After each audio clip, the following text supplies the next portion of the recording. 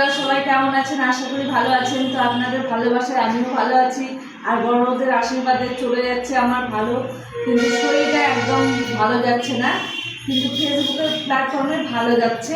তো আপনাদের আশীর্বাদ আর আপনাদের ভালোবাসায় আমি ভালো আছি।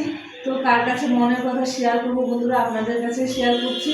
তো আজকে রান্না করতে করতে ভিডিওটা করতে পারিনি, যে একা একা হয় না, তাই আমার মা এক জায়গায় গেছিলো, আসলো, তাই বললাম একটু ক্যামেরাটা ধরে দিতে।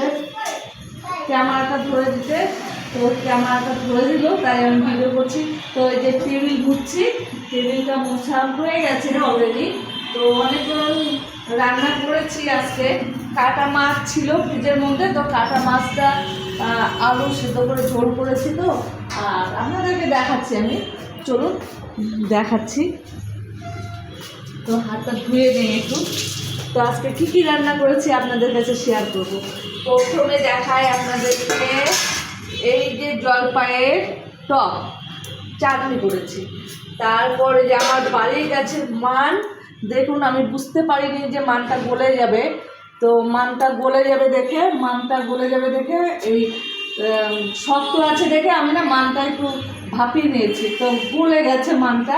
তো ঘি গরম মশলাতে মানের একটু তরকারি করলাম। আর এই যে বাঁধাকপি, মাছের মাথাতে বাঁধাকপি আলু টমেটো দিয়ে ঘন্ট করেছি। আর এই যে করেছি আলু সিদ্ধ করে বড়ি আর কাটা মাছের ঝোল। কাতলা মাছ নিয়ে এসেছিলো বড় কাটা মাছ, তো কাতলা মাছের ঝোল করেছি। কালকে এনেছিল মাছটা, তো মাছটা রেখে দিয়েছিলাম, কালকে রান্না করেছিলাম আর ফ্রিজে ছিল, সেটা আজকে আমি রান্না করলাম।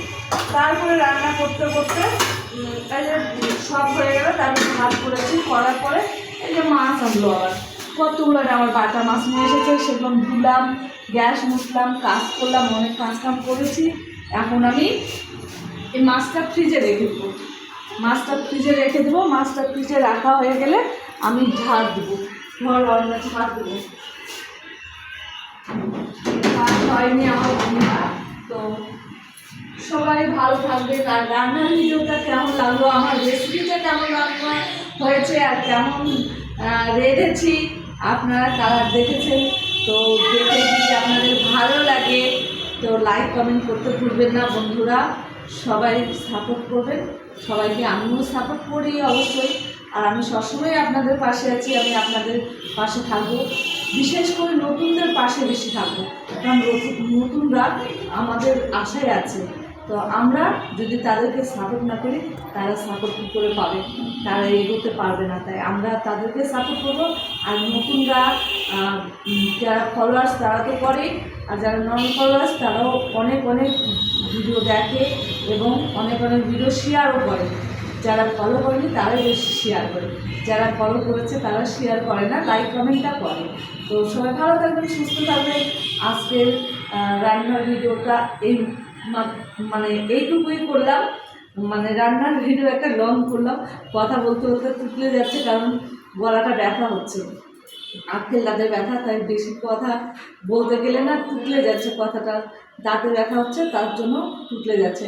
তো বন্ধুরা, আমার রেসিপিটা আপনাদের কেমন লাগলো, রেসিপিটা যদি ভালো লাগে তাহলে লাইক কমেন্ট শেয়ার করে পাশে থাকবেন। ধন্যবাদ, সবাই ভালো থাকবেন, নমস্কার।